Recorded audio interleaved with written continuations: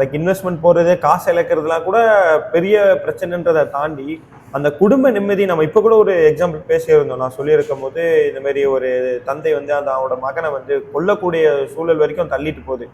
கணவன் மனைவிக்குள்ள சண்டை, அவங்க கூட பிரிவு, குடும்ப அந்த கட்டமைப்பே சீர்குலைக்கிற அளவுக்கு அது ஒரு மோசமான விஷயமா இருக்கு. அது அல்லாஹ் கூட குரான்ல மிக தெளிவா சொல்றான். வட்டின்றது என்னோட நேரடியாக நீங்க போர் செய்யறதுக்கு சமம்னு சொல்லி அல்லாஹ் சொல்றான். ஏன் சொன்னா அதோட உண்மையான இம்பாக்ட் வந்து இஸ்லாமும் அல்லாஹ் வந்து மிக தெளிவா புரிஞ்ச தன்மையோட அல்லாஹ் அது விளக்குறான்னு நினைக்கிறேன். அது எவ்வளவு மோசமான விஷயமா இருக்கு. அதை பத்தின ஒரு அட்வைஸ் மாதிரி கொடுத்தா தெளிவா இருக்கும்னு நினைக்கிறேன். இதை நான் வந்து 2 வகையாக பார்க்குறேன்.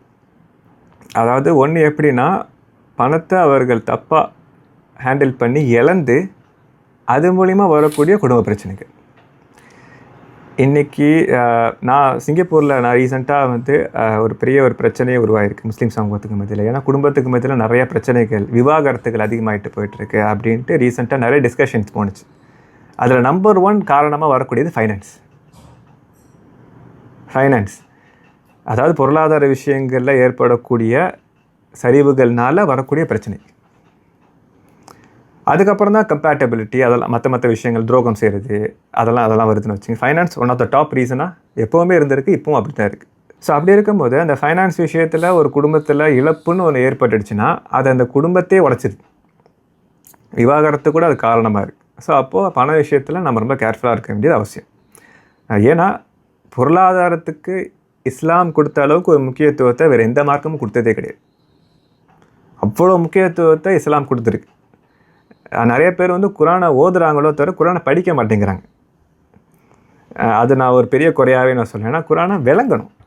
சும்மா நம்ம யாசின் சூராவா அரபியில் ஓதுனா நன்மை இருக்குது, இல்லைன்னு சொல்லலாம். ஆனால் முழுமையான நன்மையை பெற்றிருக்க முடியாது. விளங்கணும்ல அல்லாஹ் என்ன சொல்கிறான் இல்லையா? எனக்கு தெரிஞ்சு ரீசெண்ட் இல்லை, ஒரு வருஷத்துக்கு முன்னாடி அவர் சொன்னார், ஒவ்வொரு மகரிபுக்கு பிறகு நான் சூரத்தில் வாக்கியா ஓதுவேன் அப்படின்னு ரொம்ப சந்தோஷப்பட்டு சொன்னாங்க. ஏங்க அப்படின்னா ஹதீஸ் வருது, ஒவ்வொரு மகரிப் பிறகும் சூரத்தில் வாக்கியா ஓதுனா வறுமையை நெருங்காத ரசூலா சொல்லியிருக்கிறாங்க. அதனால் நானும் ஓதுறேன், நீங்களும் ஓதுங்க அப்படிங்கிற மாதிரி அவர் சொன்னார். கொஞ்சம் வயசான மனுஷர். அப்போ நான் ஒரு ஆர்வத்தில் கேட்டேன், ஓ அப்படியா, சூரத்தில் வாக்கியில் அல்ல என்ன சொல்கிறான்? என்ன சொல்கிறானா தெரியல தம்பி அப்படின்னா. ஸோ அப்போது நான் யோசித்தேன், இவ்வளோ தான் நம்ம மக்களுடைய புரிதல். அதாவது குரான் அப்படிங்கிறது நம்ம விளங்கி அதுபடி வாழ்கிறதுக்காகத்தான் எல்லாம் அனுப்பிச்சானோ தவிர சும்மா மந்திரம் மாதிரி ஓதிட்டு போகிறதுக்கு இல்லை. அதில் என்ன அப்படி அதில் என்ன இருக்குது? க்யூரியாசிட்டி வர வேணாம், அந்த விளக்கம் அதுக்குள்ளே அவங்க போகிறதே இல்லை. ஸோ இந்த விளங்காமல் நிறையா செயல்படுறாங்க. அதனால தான் சொல்கிறேன், குரானை படிக்கிற பழக்கம் மக்களுக்கு அதாவது டிரான்ஸ்லேஷனோ இல்லை தஃப்சீரோ தர்ஜுமாவோ எடுத்து வச்சு படிக்கக்கூடிய பழக்கத்தை ஏற்படுத்திக்கிட்டாங்கன்னா குரானில் அவங்க பார்ப்பாங்க, பொருளாதார விஷயங்களை பற்றி தான் எல்லாம் ரொம்ப முக்கியத்துவம் கொடுத்து பேசுகிறான். ஸோ அப்போ ஏன்னா அது பல விஷயத்தில் பாதிப்பு ஏற்படுத்தும். ஸோ நாம் இதுக்கு முன்னாடி பேசுனது பார்த்திங்கன்னா காசை இழக்கிறதுனால வரக்கூடிய குடும்ப பிரச்சனை. இன்னும் நான் நிறையா பார்க்குறேன், என்னன்னா ஹராமாக சம்பாதிக்கிறதுனால வரக்கூடிய குடும்ப பிரச்சனை. இது நம்ம கண்ணுக்கு தெரியாது. ஆனால் இன்றைக்கி பல குடும்பங்கள் சின்ன பின்னமாக ஆகிறதுக்கு காரணம் அவங்க செல்வம் ஹராமான வழியில் உருவாக்கப்பட்டிருக்கு. இது நாமளே பார்க்கலாம். ஏன்னா நல்ல வசதியாக இருப்பாங்க, நல்ல செல்வ செழிப்பாக இருப்பாங்க. ஆனால் அந்த குடும்பம் வந்து எந்த அளவுக்கு மோசமாக சின்ன பின்னமாக ஆகுதுங்கிறத நம்மளே நம்ம வாழ்க்கையில் பார்ப்போம். நம்ம பல நேரங்களில் நம்ம அடித்தே சொல்லலாம், இவர் செய்கிறது தப்பு, இது ஹராம் அப்படின்னு நம்ம சொல்லுவோம். கண்டிப்பாக அது எங்கே பாதிக்கும்னா அவரையும் பாதிக்கும், அவர் குடும்பத்தையும் பாதிக்கும்.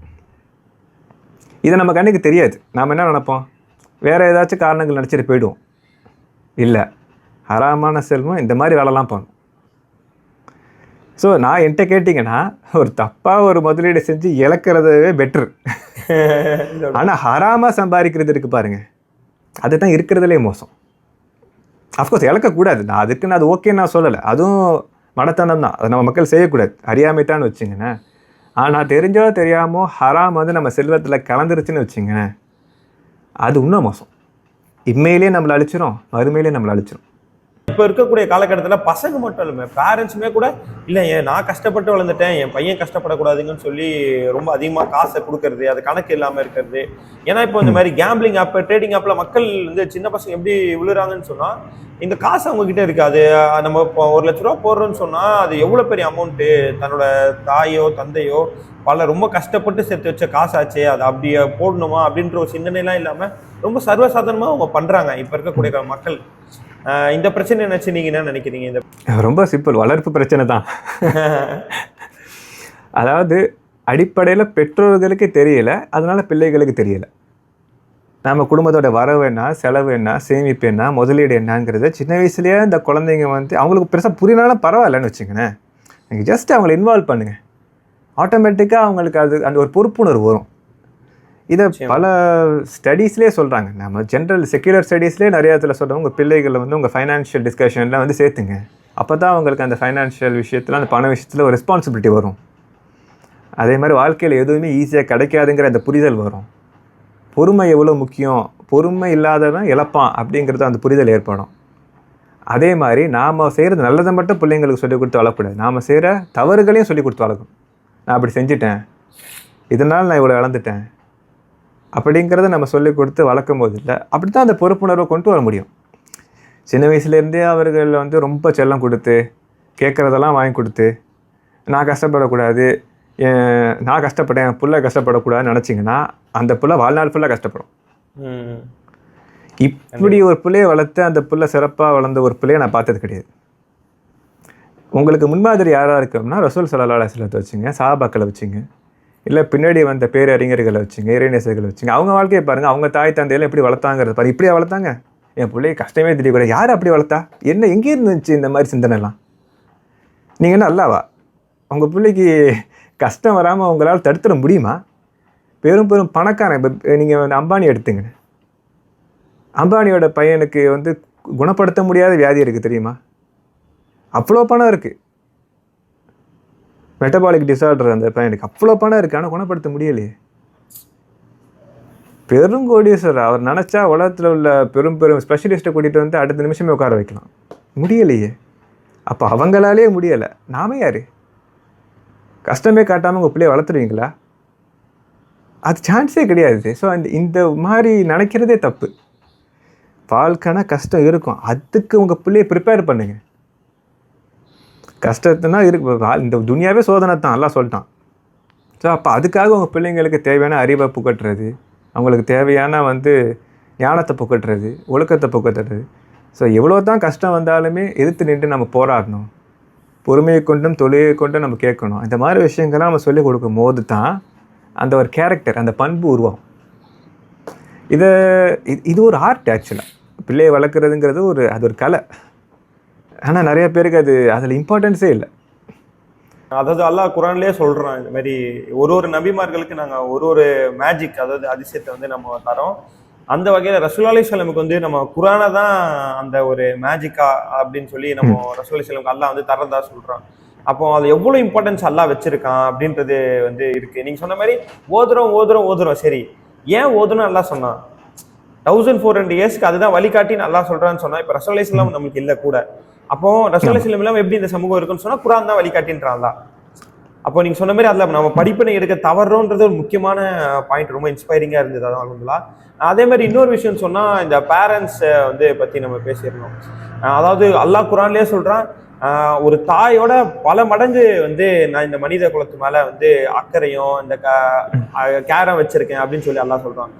அப்போ நம்ம சொல்கிறோம் இந்த மாதிரி என் பையன் வந்து கஷ்டப்படக்கூடாது, என் பொண்ணு கஷ்டப்படக்கூடாதுன்னு சொல்கிறோம். அப்போ அல்லாஹ் வந்து இந்த சமூகத்தை நீங்கள் சொன்ன மாதிரி துன்பத்தை கொடுத்து, சில டைமில் கஷ்டத்தை கொடுத்து தான் வந்து வளர்த்தெடுக்கிறான், அதாவது மோல்ட் பண்ணுறான். நம்ம ஒரு விஷயத்தை நோக்கி நகரம்னு சொன்னால் அதில் மோல்ட் பண்ணுறான். இல்லை அப்போ அதனால நீங்கள் சொன்ன மாதிரி அதுலேருந்து இன்ஸ்பிரேஷன் எடுக்கணுமே. இப்போ அல்லாவே அவ்வளோ அக்கறை வச்சிருக்கக்கூடிய அல்லாவே அப்படி வர செய்கிறான்னு சொன்னால் நம்மளும் நம்ம குழந்தைங்களை அப்படி தான் வளர்த்தெடுக்க வேண்டிய சூழல் இருக்குன்னு நினைக்கிறேன். இன்னொரு முக்கியமான விஷயம் நீங்கள் சொன்னது என்னன்னு சொன்னால், நீங்கள் நம்ம வந்து பேசும்போது நம்ம சொல்லியிருந்தோம், நீங்கள் சொல்லியிருந்தீங்க எந்த ஸ்கூல்ல இங்கே கற்றுத்தராங்க எக்கனாமிக்ஸு இந்த மாதிரி விஷயங்கள்ல பொருளாதாரத்தை ஹேண்டில் பண்ணுறதா அப்படின்னு சொன்னீங்க. ரொம்ப முக்கியமான பாயிண்ட். அதாவது எங்கேயுமே கற்றுத்தரல, அப்போ யார் கற்றுத்தரணும்? நம்ம தான் பேரண்ட்ஸ் தானே கற்றுத்தரணுன்ற அந்த ஒரு பாயிண்ட் வந்து திரும்ப ரிமைண்ட் பண்ணணும்னு நினைக்கிறேன். சார் அது சொல்லி தரலன்னு சொன்னால் அவர் எங்கே தான் கற்றுப்பா? கண்டிப்பாக கற்றுக்க வாய்ப்பு இல்லை. அப்போ இந்த மாதிரியான மோசமான விஷயங்கள் நோக்கி தான் நகரக்கூடிய வாய்ப்பு இருக்கும்னு நினைக்கிறேன். அல்ஹம்துலில்லாஹ். இப்போ இந்த விஷயங்கள் வந்து தொடர்ச்சியா பிரச்சனையை பத்தி நம்ம ஃபுல்லா பேசியிருந்தோம். இப்போ இந்த மாதிரி ஒருத்தர் வந்து ஒரு விஷயத்துல காசை போட்டு ஏமாந்துட்டாங்க இல்லைன்னா இழந்துட்டாங்க அப்படின்னு சொல்ற பட்சத்தில் அது மீட்டு எடுக்கிறதுக்கான ஏதாவது வாய்ப்புகள் வந்து இருக்கா? ஒரே வழி லீகல் ப்ரொசீடிங்ஸ் தான். அதுதான் ஒரே வழி. ஆனால் குறிப்பாக இந்தியாவை பொறுத்தவரையும் கேட்டிங்கன்னா கோர்ட்டுன்னு போயிட்டா அது ஒரு தனி தலைவலி. அதாவது இந்தியாவில் பார்த்தீங்கன்னா 95, அதாவது டேட்டா சொல்லுது, 90 to 95% ஆஃப் த ஃப்ராட் பார்த்தீங்கன்னா கோஸ் அன்ரிப்போர்ட்டட் அப்படிங்கிறது சொல்லுது. அதாவது கிட்டத்தட்ட 90லேருந்து 95% நடக்கக்கூடிய அந்த மோசடிகள், இந்த ஏமாத்து வேலைகள்லாம் அன்ரிப்போர்ட்டடாகவே போயிடுது, யாருக்கும் தெரியாமே போயிடுது. நீங்களே நினைங்கண்ணே, இப்போ நம்ம காசு சம்பாரிச்சிட்டோம்னா 100 பேர்கிட்ட சொல்லுவோம், நான் எப்படி சம்பாரிச்சேன், இவ்வளோ சம்பாரிச்சிருக்கேன் அப்படின்னு சொல்லுவோம். இழந்துட்டோம்னா யார்கிட்டயும் சொல்லுவோமா? குடும்பத்தார்கள்ட்டே சொல்ல மாட்டோம், மூடி மறைக்கத்தான் பார்ப்போம் இல்லையா? ஸோ அப்படிங்கும்போது பெரும்பான்மையான மோசடிகள் தெரியாமே போயிடுது. வெளியே வர்றதுலாம் ஒரு 10% தான், 95% மறைஞ்சு போயிடுது.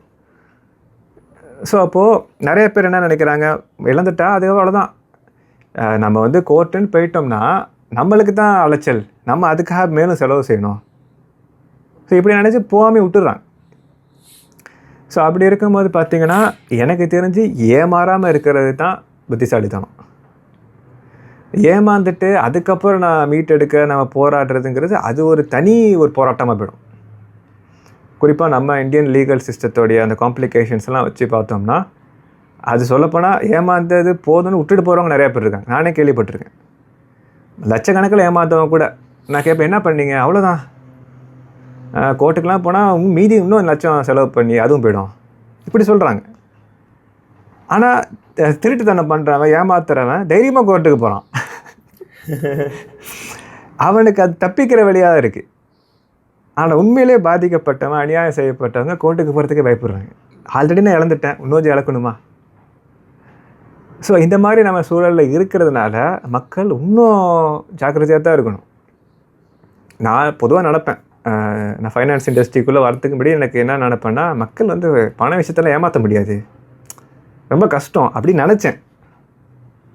அது ரொம்ப அந்தளவு இன்னசென்ட்டாக இருந்திருக்குன்னு பார்த்தீங்கன்னா சில வருஷங்களுக்கு முன்னாடி. ஸோ இப்போ என்கிட்ட கேட்டிங்கன்னா ஏமாறாதவங்க யாரும் இல்லைன்னு சொல்லுவேன். மேபி இப்போ புதுசாக படிச்சுட்டு வரவங்க மேபி ஏமாறாமல் இருப்பாங்க. அவங்க கூட என் ஃப்ரெண்டுக்கு நான் காசு கொடுத்தேன் ஏமாற்றிட்டான்னு கூட சொல்லுவாங்க. அட்லீஸ்ட் அந்த மாதிரியாச்சும் அவங்களுக்கு ஒரு அனுபவம் இருக்கும். ஏமாறாதவங்க யாருமே கிடையாது, குறிப்பாக காசு விஷயத்தில். ஸோ அப்படி அந்த மாதிரியான ஒரு சூழ்நிலை நம்ம வாழும்போது எந்த அளவுக்கு நம்ம கேர்ஃபுல்லாக இருக்கணும். ஏன்னா ஏமாந்துட்டா அதோடைய வலி, ஏன்னா பொதுவாகவே மனுஷனுக்கு பார்த்திங்கன்னா லாஸ் அவர்ஸ், ஏமாறுறது மனுஷன் விரும்ப மாட்டான், அதாவது இழக்கிறத மனுஷன் விரும்ப மாட்டான். அதனால தான் நிறையா பேர் பார்த்தீங்கன்னா போட்ட இடத்துல எடுக்கணுன்ட்டு திருப்பி அதிலே போய் விழுந்து ஒன்றும் இழப்பாங்க. நீங்கள் கேள்விப்பட்டிருப்பீங்க, எங்கே இழந்தோமோ அங்கே தான் தம்பி எடுக்கணும்பாங்க. ஏங்க அதுக்குன்னு திருப்பி அதை போட்டிங்கன்னா இன்னும் தானேங்க இழப்பீங்க நம்ம சொல்லுவோம். ஏன்னா அவங்க மனசு விடாது, ஐயோ நான் அதில் இழந்துட்டேன், எப்படியாச்சும் அதுலேருந்து எடுக்கணும்னு பார்ப்பாங்க. அதுவும் ஒரு சைத்தானியத்தான ஒரு தூண்டுதல், நப்சு தான். அதை இழந்துட்டோம்னா அதை விட தவிர்த்துக்கணும், ஓகே சரியில்லை. ஆனால் சில பேர் இன்னும் அதுவும் ஒரு அடிக்ஷன் தான், விட்டதை எடுக்கணும், அதுவும் சில பேருக்கு ஒரு அடிக்ஷன் ஆகிடும். ஸோ கேம்பிள் ஏன் சில பேர் திருப்பி பண்ணுறாங்கன்னா, ஒரு 1000 ரூபா போட்டு காசு எடுத்துருப்பாங்க, ஓகே குஷி ஆகிடுவாங்க. அடுத்து ஒரு 5000 ரூபா போட்டு இழந்துருப்பாங்க, ஐயோ நெட் லாஸ் 4000 ரூபா ஆச்சே, அந்த 4000 எடுக்கணுன்ட்டு திருப்பி விடுவாங்க. அது 10,000 கொண்டு போய் விட்டுரும், 1,00,000 கொண்டு போய் விட்டுரும். ஸோ இதுதான். ஸோ அடிப்படையில் எனக்கு தெரிஞ்சு நம்ம சமூகத்தில் இதை பற்றி நல்லா விளங்கினவங்க, தெரிஞ்சவங்க, மக்களுக்கு இதை பற்றி வழி நடத்தினாலே போதுமாக இருக்கும்னு நினைக்கிறேன். ஏன்னா இந்த நாலேஜே பெருசாக இல்லாமல் இருக்குது. நம்ம பொதுவாக குர்ஆன் ஹதீஸை பற்றி நம்ம பேசுகிறோம், ரசூலுல்லாஹி ஸல்லல்லாஹு அலைஹி வஸல்லம் வாழ்க்கையை பற்றி பேசுகிறோம், பல இம்பார்ட்டன்ட் ஈவெண்ட்ஸில் உட்காந்து அதை பற்றி பேசுகிறோம், லைலத்துல் கத்ரை பற்றி பேசுகிறோம். இது மாதிரி எவ்வளோ விஷயங்கள் நம்ம பேசும்போது குறிப்பாக நம்ம இஸ்லாம் சம்மந்தமாக எப்படி நம்ம தொழில் செய்யணும், பரிவர்த்தனை செய்யணும், எப்படி வந்து நம்ம முதலீடு செய்யணும், இந்த விஷயங்களை எனக்கு தெரிஞ்சு விஷயம் தெரிஞ்சவங்க, நான் சொல்கிறது அறகுறையாக பேசக்கூடாது, ஏன்னா இது ஃபைனான்ஸ். அதனால் இதில் தகுதி உள்ளவங்க தான் பேசணும்னு நான் சொல்லுவேன். ஆனால் இந்தியாவில் அது ஒரு பிரச்சனை, யாருனாலும் இப்போ ஃபைனான்ஸ் பற்றி பேசலாம். நீங்கள் பாருங்கள், இந்த ஃபைனான்ஸு பற்றி முதலீடு பற்றி பேசுகிறவங்க, இந்த யூடியூப்லலாம் பேசுகிறவங்கலாம் பார்த்தீங்கன்னா 99% பார்த்தீங்கன்னா அவங்களுக்கு அது சம்மந்தமாக எந்த குவாலிஃபிகேஷனும் இருக்குது, ஆனால் பேசிக்கிட்டு இருப்பாங்க. அதனால் எத்தனை பேர் இழந்திருக்காங்க, எவ்வளோ இழந்திருக்காங்க கணக்கே கிடையாது. சில பேர் என்கிட்ட வந்து கேட்பாங்க, பாய் நீங்கள் என்ன எதில் இன்வெஸ்ட் பண்ண சொல்ல மாட்டேங்கிறீங்க, தெளிவாக சொல்லுங்கள் அப்படிம்பாங்க. இது எப்படி தெரியுமா இருக்குது, ஒரு டாக்டர்கிட்ட போயிட்டு, டாக்டர் இங்கே எல்லாருக்குமே பிரச்சனை இருக்குது, ஒரு மருந்து சொல்லுங்கள் அப்படிங்கிற மாதிரி. யோ உனக்கு என்ன பிரச்சனை, உனக்கு என்ன வயசு, உன் உடம்பு எப்படி, உன்னுடைய மெடிக்கல் ஹிஸ்ட்ரி எப்படி, உனக்கு என்ன தேவை இருக்குது அப்படிங்கிறத வச்சு தான் நான் மருந்து கொடுக்க முடியும். சும்மா பொத்தாம் இதில் போடுங்க அப்படின்னு சொல்ல முடியாது. ஏன்னா இது ஃபைனான்ஸ், எங்களுக்கு தெரியும் இப்படி பண்ணக்கூடாதுன்ட்டு. யூடியூப்பில் எந்த விதமான குவாலிஃபிகேஷனும் இல்லாதவன் இப்படி சொல்கிறான், இதில் போடுங்க, அதை வாங்குங்க, இதை வீங்கன்னு சொல்கிறாங்கிறதுக்காக நாங்களும் அப்படி பண்ண மாட்டோம். ஏன்னா எங்களுக்கு விஷயம் தெரியும், எங்களுக்கு குவாலிஃபிகேஷன் இருக்குது, எங்களுக்கு லைசன்ஸ் இருக்குது. அப்படி பண்ணுறது தப்புன்னு எங்களுக்கு தெரியும், நாங்கள் அப்படி செய்யாமல் இருக்கிறோம். ஆனால் எங்கள்கிட்ட இதை வந்து கேட்குறான், நீங்களும் இப்படி செய்யுங்கிறான். ஏன்னா இவங்க கற்று வச்சுருக்கிறதெல்லாம் தப்பாக இருக்குது. நான் கேட்குறது உண்டு, இந்த மாதிரி யூடியூப்பில் சொல்கிறாங்களே இதில் போடுங்க, அதை வாங்க, இதை வீங்கன்னு சொல்கிறாங்களே, இதை ஃபாலோ பண்ணி நீங்கள் லாங் டேர்மில் பணம் சம்பாதிச்சிட்டிங்களா? யாராச்சும் ஒரு ஆளை கூட்டிகிட்டு வாங்க நான் சொல்கிறேன். யாருமே கிடையாது. ஒன்று நம்மளுக்கு ஃபுல் அண்ட் ஃபுல்லாக தரவாக விஷயம் தெரிஞ்சு நம்ம பண்ணணும், இல்லை ஒரு ப்ராப்பரான குவாலிஃபைட் லைசன்ஸ் ப்ரொஃபஷனலோட கைடன்ஸில் பண்ணணும். இதில் இப்படி பண்ணாலுமே அதில் ரிஸ்க் இருக்குது, ரிஸ்க் இல்லாமல் எதுவுமே கிடையாது. ஆனால் இப்படி நீங்கள் அறகுறையே எவனோத்தவன் யூடியூப்பில் சொல்கிறான் அப்படின்ட்டு காசு போடுறவங்க, கண்டதை வாங்குறவங்க, கண்ட ஸ்டாக்கில் காசு போடுறது, இந்த கிரிப்டோவில் போடுறது, ஏகப்பட்ட விஷயங்கள், ஏகப்பட்ட பிளான்ஸு, ஸ்கீம்ஸு நம்மளே பார்ப்போம். எதுலேயோ காசு போடுறாங்க. ஸோ இதெல்லாம் முக்கால்வாசி ஹலாலே கிடையாது, அது தனி பிரச்சனை. இன்னொன்று இந்த மாதிரி சொல்கிறான் அப்படின்னு சொல்லிட்டு இப்போ காசை போட்டு இழக்கிறாங்க. ஸோ அதுதான் பிரச்சனை. நம்ம சமூகமும் இதில் போய் விழுவுது. குறிப்பாக நான் பார்த்த ஒரு விஷயம் என்னென்னா, ஐடி இண்டஸ்ட்ரியில் இந்த மாதிரி சென்னை, பெங்களூர் மாதிரி நம்ம முஸ்லீம் இளைஞர்கள் நல்ல லட்சமாக சம்பாதிக்கிறக்கூடிய நிறையா பேரே பார்த்திங்கன்னா பாண்ட்ஸில் இன்வெஸ்ட் பண்ணி வச்சுருக்கிறாங்க. பாண்ட்ஸ்னால் அடிப்படையில் வட்டி காசு கொடுக்குறது, அதான். ஸோ பாண்ட்ஸ்னால் அவங்களுக்கு என்னன்னே தெரியல. நான் கேட்பேன், யாருங்க சொன்னா பாண்ட்ஸில் போட சொல்லி? இதோ இந்த யூடியூபர் சொன்னார், இது ஒரு பேரை சொல்லிட்டு அவர் சொன்னார். சரி, அவர் சொல்கிறாரு, அவருக்கு இஸ்லாமும் தெரியாது, அவர் முஸ்லீமே கிடையாது, அவருக்கு ஹலால் தெரியாது. உங்களுக்கு எங்கே போச்சு? அவர் சொன்னால் நீங்கள் தூக்கி போட்டுருவீங்களா? பாண்ட்ஸ்னால் அடிப்படையில் நீங்கள் வட்டிக்கு காசு கொடுக்குறது. கவர்மெண்ட் பாண்ட்னா கவர்மெண்ட்டுக்கு நம்ம வட்டி காசு கொடுக்குறோம், கார்பரேட் பாண்ட்னா கார்பரேட் கம்பெனிக்கு வட்டி காசு கொடுக்குறோம், அதான் பாண்ட்ஸ். நிறைய பேர் இப்படி காசு போட்டுட்டு உட்காந்துட்ருக்குறாங்க 5 வருஷமாக 10 வருஷமாக. இது தனி பிரச்சனை. ஸோ அதனால தான் நம்ம மக்களுக்கு நம்ம ஒன்றும் இல்லை, பேசிக்ஸை சொல்லிக் கொடுக்கணும், அவ்வளோதான். ஏபிசிடியை சொல்லிக் கொடுக்குற நிலைமையில தான் நம்ம இருக்கிறோம். அது தெரிஞ்சாலே எனக்கு தெரிஞ்ச ஒரு பெரிய மாற்றம் வரும் நம்ம சமூகத்தில்.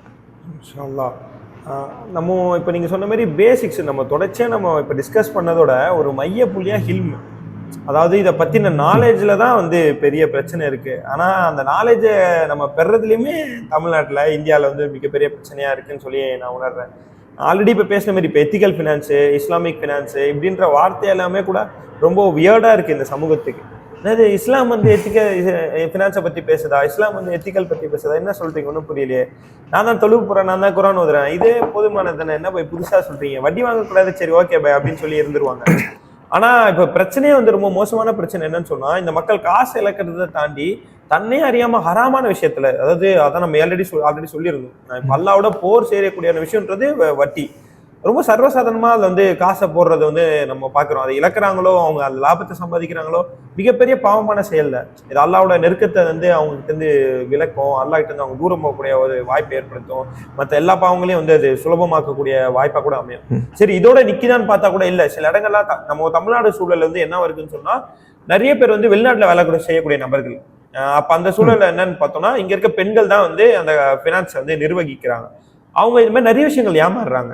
சரி, நம்ம ஒரு கணவர் வெளிநாட்டில் கஷ்டப்படுறாரு, இங்கே ஏதாவது ஒரு காசை சேர்த்து வச்சு அவரை வந்து நம்ம ஊருக்கு கொண்டு வந்துடலாம், இங்கே வந்து நம்ம எதாவது பண்ணிடலான்ற ஒரு ஆசையில் வந்து காசு இழந்துடுறாங்க.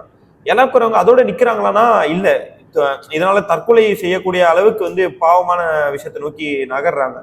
இப்போ இது எல்லாத்துக்குமே ஒரு பேசிக்கான விஷயம் என்னன்னா ஹில்ம் தான். நீங்கள் சொன்ன மாதிரி சரி, இப்போ இந்த ஹில்ம் எங்கே கிடைக்கும் அப்படின்ற கேள்வி இருக்குல்ல, அந்த ஒரு மோசமான விஷயமா இருக்கு.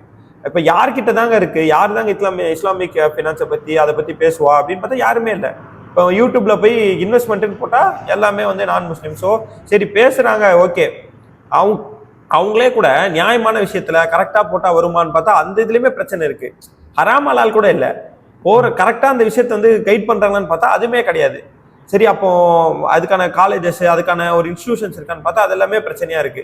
இப்ப மக்கள் எங்கிருந்து தான் இதை கத்துக்கிறது, எங்க இதுக்கான பிளாட்ஃபார்ம் என்னவா இருக்குன்னு சொல்லி நீங்க உணர்றீங்க?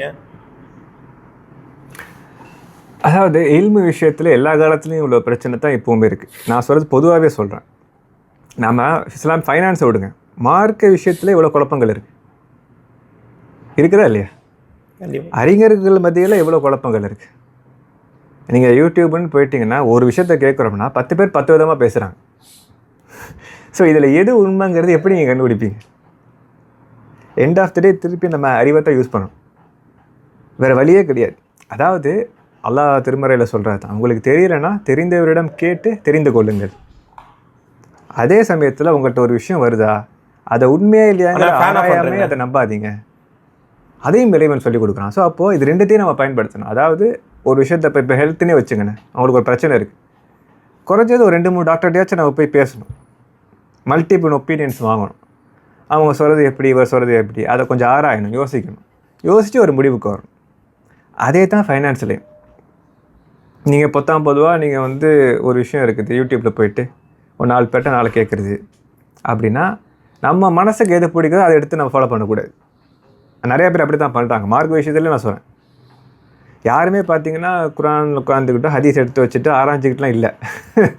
நான் 2-3 பேர் பேசுகிறது கேட்குறாங்க, யார் பேசுகிறது அவங்க மனசு கரெக்டாக படுதோ அதை அப்படியே ஃபாலோ பண்ண ஆரம்பிச்சிடுறாங்க. இது பிரச்சனை, எல்லா விஷயத்துலையும் இது பிரச்சனை. ஸோ இந்த காலத்தில் குறிப்பாக ஆன்லைனில் உண்மையை விட பொய் தான் அதிகமாக இருக்குது, குழப்பம் தான் அதிகமாக இருக்குது.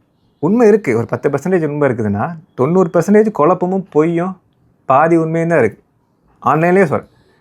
ஸோ அப்படி இருக்கும்போது இந்த காலத்தில் நம்ம ஹக்காக வாழணும்னா வேறு வழியே இல்லை, நாம் ஒவ்வொரு விஷயத்தையும் ரொம்ப கேர்ஃபுல்லாக சிந்தித்து செயல்பட வேண்டியது தான் ஒரே வழி. தேடணும், அந்த தேடுதல் இருக்கணும். இப்போது நம்ம ஒவ்வொரு தொழுகையிலையும் அல்ஹம்து ஓதுறோம், அல்ஹம்துலில்லாஹ் நம்ம என்ன கேட்குறோம், இஹ்தின ஸிராத்தல் முஸ்தகீம், அல்லாஹ் எனக்கு நேர் வழியை காட்டுவாயங்க. அதுதான் கஷ்டம். நாம் ஒவ்வொரு தொழுகையிலையும் அதை அல்லாஹ்ட்ட கேட்குறோம், அதை உணர்ந்து கேட்டு அதுக்கான முயற்சிகளை நம்ம எடுத்தோன்னு வச்சுங்கண்ணே, அல்லாஹ் வழிகாட்டுவான். ஆனால் இங்கே பிரச்சனை என்னென்னா, அறிவு இருக்குது இல்லை செயல் இல்லை, செயல் இருக்குது இல்லை அறிவு இல்லை. பல நேரங்களில் இது ரெண்டுமே இல்லை. செயலும் இருந்து அறிவும் இருக்கிறது ரொம்ப கம்மியாக இருக்குது. இப்போது ஜஸ்ட்டு ஃபைனான்ஸ்லேயே நான் சொல்கிறேன், நம்மளுக்கு உலகம் ஃபுல்லாக நம்ம தேடி ஆட்கள் வருவாங்க. அப்படி இருக்கும்போது ஒவ்வொரு ஊர்லேயும் ஒவ்வொரு ஆட்கள் ஒரு டைப்பாக இருக்கிறாங்க. அதை நான் கவனித்தேன் என்னோடய எக்ஸ்பீரியன்ஸில். இப்போ இந்தியாவிலேருந்து வரவங்க ஒரு மாதிரி இருப்பாங்க, சிங்கப்பூர்லேருந்து வரவங்க ஒரு மாதிரி இருப்பாங்க, துபாய், அபுதாபி, சவுதியிலேருந்து வரவங்க ஒரு மாதிரி இருக்காங்க, யூரோப்லேருந்து வரவங்க ஒரு மாதிரி இருக்காங்க. எல்லாமே முஸ்லீம்கள் தான், எல்லாம் நம்ம மக்கள் தான், இந்தியன் முஸ்லீம்ஸ் தான், தமிழ் தான் மோஸ்ட்லின்னு வச்சுங்கண்ணே. ஆனால் அவங்களுக்குள்ள அந்த மைண்ட் செட் டிஃப்ரென்ஸ் நிறைய இருக்குது, நான் கவனிக்கிறேன். அந்தந்த சுச்சுவேஷனுக்கு தகுந்த மாதிரி, ஊருக்கு தகுந்த மாதிரி மாறுது.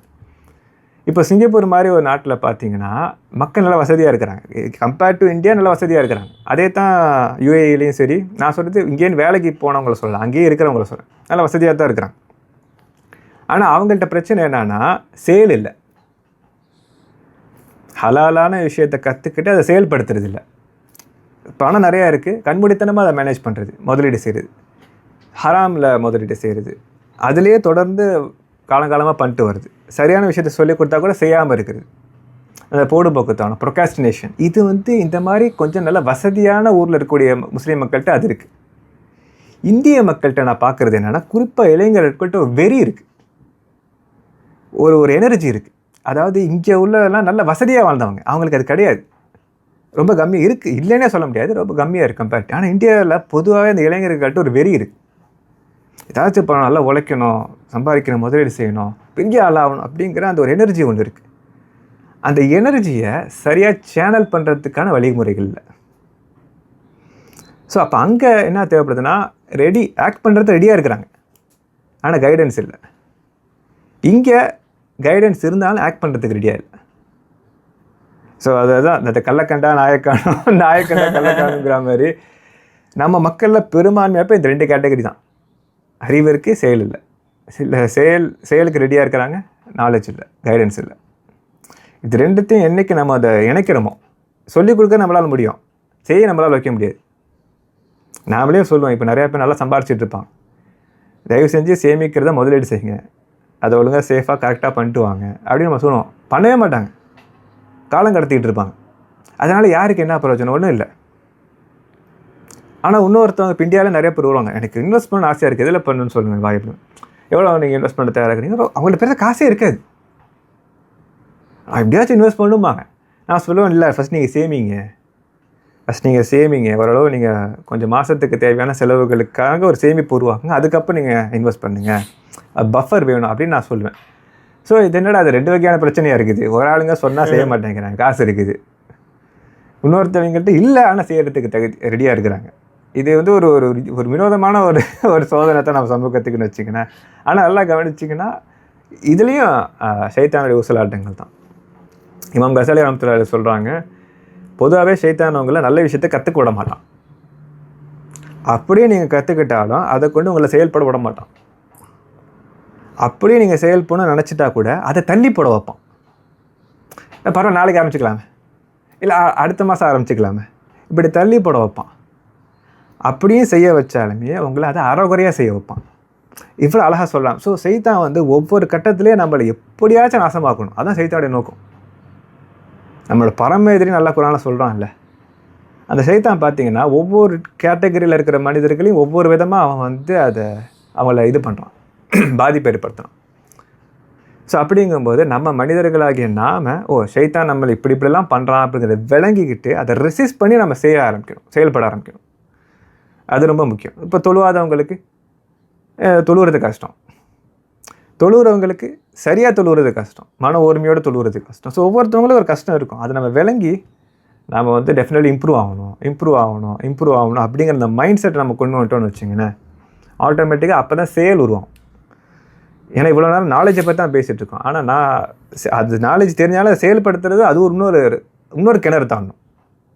இப்போ நம்ம எல்லாத்தையும் சொல்லிட்டோம்னு வச்சுங்க, நம்ம மக்களுக்கு ஒரு எக்ஸாம்பிளுக்கு சார், இப்போ மக்களுக்கு பெரும்பான்மையாக தெரியாது ஃபைனான்ஸை பற்றிலாம், எல்லா மக்கள்கிட்டையும் கொண்டு போய் சேர்த்துட்டோம், அப்படியே நம்ம சமூகம் மாறாது. அப்போ என்ன தெரியும் பிரச்சனை உருவாகும், தெரிஞ்சுக்கிட்டே செய்யாமல் இருப்பாங்க. அப்போ அவங்கள அது இன்னும் கஷ்டம். எப்படி செய்ய வைக்க முடியும்? நம்ம கவர்மெண்ட்டா செய்யலைன்னா நான் ஃபைன் போடுவேன்னு சொல்ல முடியும்? ஸோ அப்போது சைத்தான் வந்து விடமாட்டான்.